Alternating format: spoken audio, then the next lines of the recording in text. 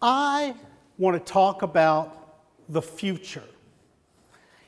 Even though today there's a lot of stuff going on out in the world that's really scary, I'm actually optimistic about the future. I think the next 20 years is going to be awesome. And part of the reason I feel that way is because of young people today, the millennial generation, those folks who are in their late teens, 20s, and early 30s. Like any generation at that stage, they see that they can change the world, they can make a difference. And this particular generation, and some of you who are in the room are part of this generation, are actually hardwired to make a difference, to collaborate, to work together for the common good in your community. And that's pretty exciting. I'm really pumped because of that. But there's another reason I'm excited about the future, and that's actually my generation, the boomer generation. Because there's an opportunity for us who are now in our 50s and 60s to actually get re-engaged, to make a difference ourselves in our own communities. You know, I was in the advertising business for most of my career, and we focus in advertising on young people, 18 to 49. And if you were 50 or older, you were dead. We just didn't care about you. We didn't even want to sell you anything except maybe Geritol or a Cadillac every once in a while. And as you think about boomers at 50 and 60, we are kind of done. In fact, 4 years ago, Tom Brokaw of NBC News did a documentary about telling the story of the boomer generation, as if we were indeed done. And at the end of this documentary, he's sitting in a room with some 65-year-old boomers, talking to them about their generation, and they ask him a question. Now, Brokaw is the guy who wrote the book Greatest Generation, so he's credited for naming that. So he's kind of a social commentator. He's a silent generation member himself. So he's in his 70s now. So he gets a question. So let's watch and see what happens. Historic night. And as for the big chill group of Michigan alumni we met earlier, they had a final question for me about themselves. The generation that once upon a time expected to change the world. What do you think about our generation? About your generation? About our generation. Unrealized. That's what I think. You promised the world you were going to change it, and change it for the better. You set the bar very high for yourselves. I think the real question is, did you reach that bar? Unrealized, he said, unrealized. And I remember watching that at home going, he's missing something. That's not right. That's not the right term for where we are as a generation. What does he not understand about this boomer generation? Has he not done his homework? He's looking backwards. Why isn't he looking ahead? Because the boomers as a generation are at a very unique time and place in history. Unique not just to this generation, unique not just to America, unique to the history of mankind on the planet. Sounds pretty big.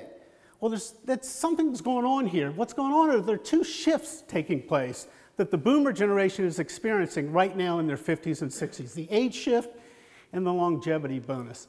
The age shift is simple. We're going to have more older people and relatively fewer younger people in the next 20 years. How is that? Well, demographers typically say, look, in order to understand populations, you have to do, they use an ancient metaphor, the population age pyramid. Because we've always had more young people, fewer make it to young adult, fewer make it to midlife, and yeah, we get people to make it to 80, 90, and beyond, but not very many. And then they plot it out on a chart where they put men on one side and women on the other, and sure enough, it looks like a pyramid. This is America, 1960, where the baby boomers were 14 and under. They were the bottom three. So let's watch what's happened. 1970, 1980, 1990. Guess what happened after the baby boom? There was a baby bust. We stopped having as many babies. It's catching up with us. 2000, 2010, 2020, looking forward, 2030. In just the lifespan of the boomers, we've gone from a pyramid to a different shape altogether. We say you need a modern metaphor. You need to do the Empire State Building because we're going to have about equal numbers of youth, young adult, midlife, and a lot of people are going to make it to the 85th floor and beyond. That's going to change everything. The ratios are changing, the proportions are changing. It really is going to change our world because we're going to have more older and we're going to need them, and fewer younger. So as we say in our work, yeah, this is really going to change everything. At the very least, As I said, those millennials who want to change the world need help. There's not enough of you. You need to tap in to the boomer generation. At the same time, boomers have the benefit of being the first generation to really be valued as a society and a culture and in communities that maybe we weren't before. We used to discard people over 65 or ship them off to Florida. We're going to want them. The second thing is this longevity bonus, and this is something that's happened thanks to modern medicine. We've seen it happen with our parents, the silent generation, greatest generation. They got this bonus, but the bonus for them happened at the end. They got it and said, wow, I had no idea I was going to live this long. And looking backwards, boomers are the first generation in history to be standing here at 60 or 65, and it's ahead of us. We've got 20 good years of runway left before we're going to get to old age. What do we do with it? We've got experience, we've got wisdom, we've got time. Few of us have money. What are we going to do? How can we make a difference? And the interesting thing is we are the first generation, again, in the history of the planet to see this promise of a longer life. So I think back to this and say, unrealized? No, that's not right. Maybe an accurate statement is incomplete. You know, in the exam of life, boomers still get an incomplete because we're not done. The opportunity for boomers to kind of fulfill our promise as a generation isn't behind us, it's ahead of us. It's what we do now over the next 20 years with the help of the millennials and Generation X and everybody else. So how do we do that? What's the plan? How do we go forward? Well, you need a plan, two-step plan. Step one is, oh, no, seize the day. No, that's not going to work for boomers. Step one is really, you got to make a promise. You got to make a promise.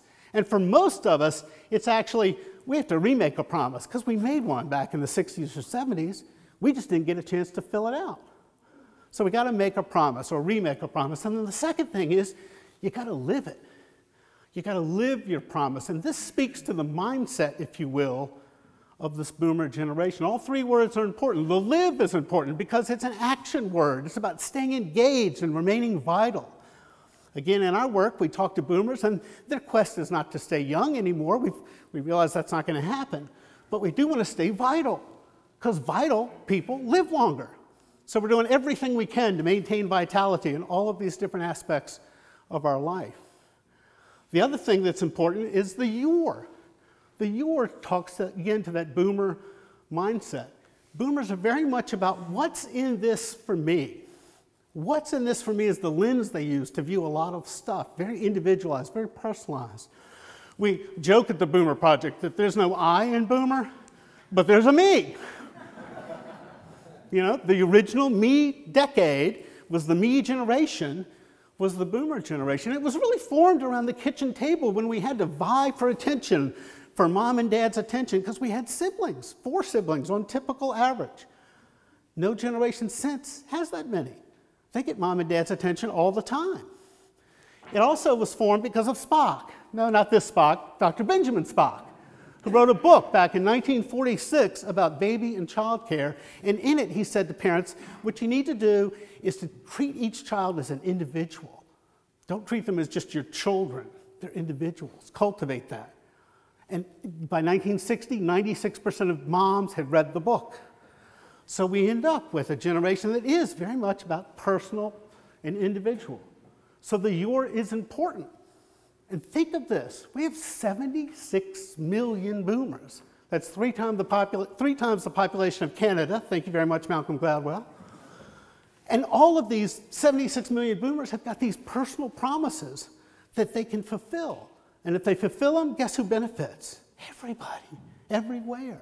Local, national, international. These promises are important. That's the other important word here. Because promises are something that you fulfill. It's not something you keep locked away in a box. You live your promises day in and day out. And these promises can be huge. I want to solve poverty or world hunger or climate change. Or they can be very micro. Like I want to help the art students at Fox Elementary School. Or I want to work with my grandkids. If every boomer fulfilled their promise, what a difference we would make. What issues could we solve in our communities? All of them. All of them can be solved. My promise, I figured I had to tell you what my promise is. My promise is pretty clear. I want to spread this word. I want to find a way to activate and to motivate boomers to not be done at 50 or 60 or 65, but to be getting started about what's next, about what they can do. How can they shape the future by living their individual promises? You don't have to cure everything, just do what you can do. And what you can do, add it up to the next person who's doing theirs, and the next person who's doing theirs, guess what? We're going to get somewhere. We're going to get somewhere fast. Especially because we have these young people, these eager young millennials who want to make a difference. They can be our arms and feet, if not our brains telling us to be their arms and feet. We can make a difference. The boomer opportunity is ahead of us. It's ahead of us. Now, if some of you are saying, wait a second, I'm 60 years old, I've worked a whole career, I'm kind of looking ready to wind down and be done. I'll just remind you that we need to complete this task. And if you think you're too old, let me remind you that Moses became a servant of God at age 80. So the time is indeed ahead of us. And the opportunity for all of us is to go forth and live your promise. Thank you very much.